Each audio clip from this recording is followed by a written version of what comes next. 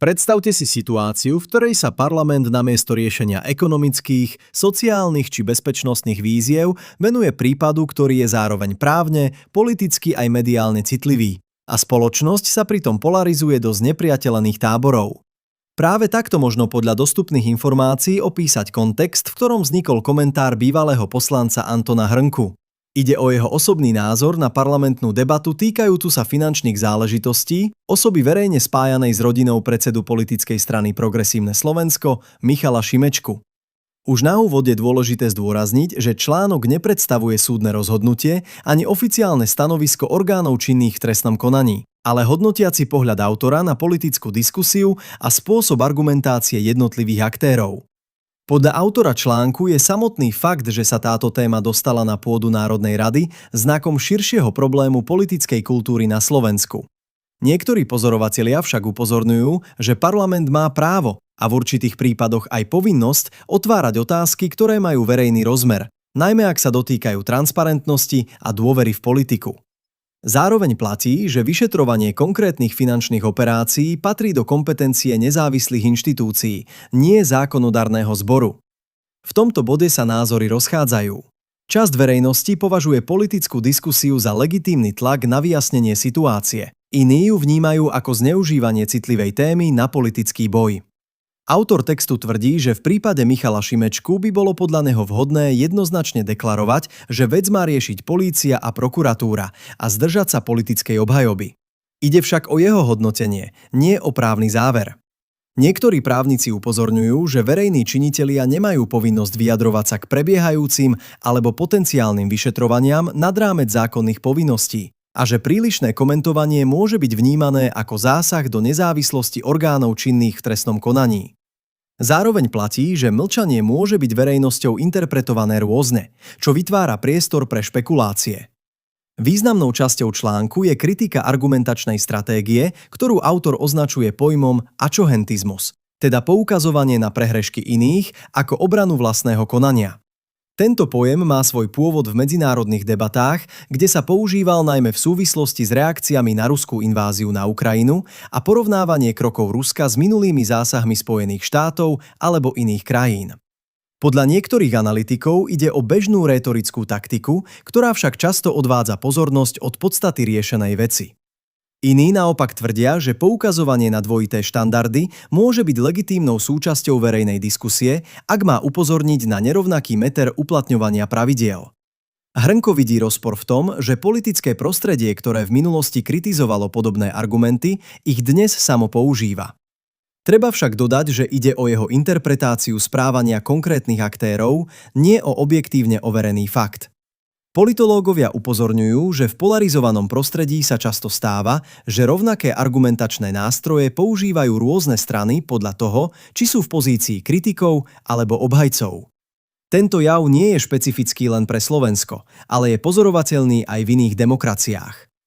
V širšom kontexte článok otvára otázku rovnosti pred zákonom a dôvery verejnosti v inštitúcie. Podľa dostupných informácií je práve dôvera v spravodlivosť a nestrannosť vyšetrovania kľúčová pre stabilitu demokratického systému. Ak vzniká dojem, že na rôzne skupiny sa uplatňujú odlišné pravidlá, môže to viesť k frustrácii a radikalizácii časti spoločnosti. Zároveň však odborníci zdôrazňujú, že podobné pocity často vznikajú ešte predtým, než sú známe všetky fakty alebo rozhodnutia súdov. Záver článku Antona Hrnku má širší, až filozofický rozmer a vyjadruje obavu z úpadku politickej kultúry.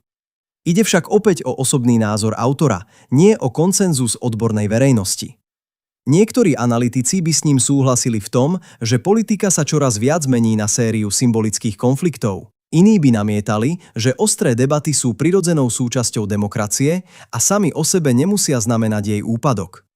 Práve na tomto napätí medzi kritikou politickej praxe a obranou demokratickej plurality stojí celý spor, ktorý článok reflektuje a ktorý zostáva otvorený aj pre ďalšiu verejnú diskusiu.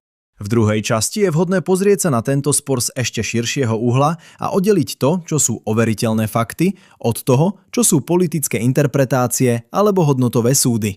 Podľa dostupných informácií v čase vzniku komentára neexistovalo právoplatné rozhodnutie súdu ani oficiálny verdikt orgánov činných v trestnom konaní, ktorý by potvrdzoval alebo vyvracal akékoľvek podozrenia spomínané v politickej debate.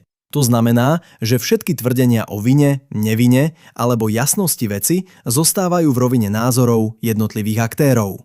Práve tento bod je kľúčový pre pochopenie napätia, ktoré sa okolo prípadu vytvorilo. Z pohľadu právneho rámca platí na Slovensku, rovnako ako v iných členských štátoch Európskej únie, princíp prezumpcie neviny.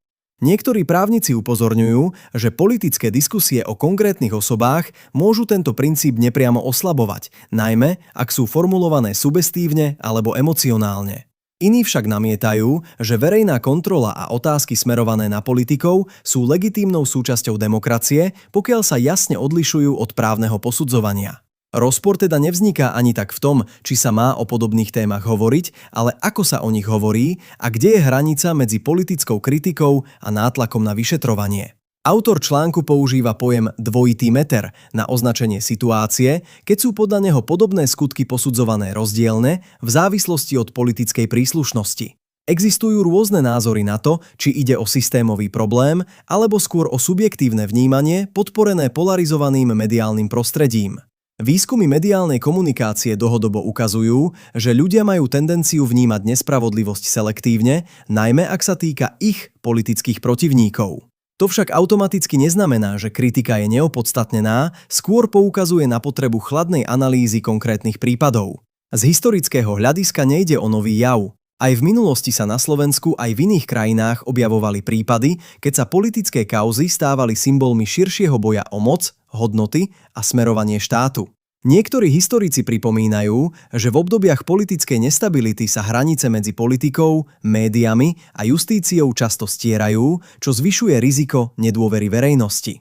Práve preto je podľa nich dôležité trvať na procesných pravidlách a zdržať sa unáhlených záverov. V texte sa objavuje aj kritika parlamentarizmu ako takého, respektíve spôsobu, akým dnes funguje.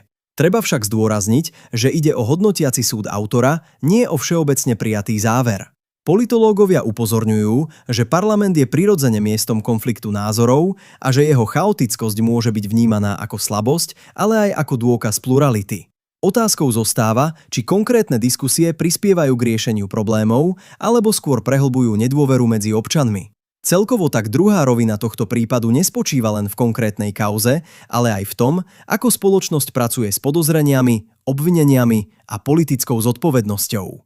Podľa niektorých odborníkov je práve schopnosť oddeliť emócie od faktov a politické hodnotenia od právnych rozhodnutí jedným z hlavných testov vyspelosti demokracie.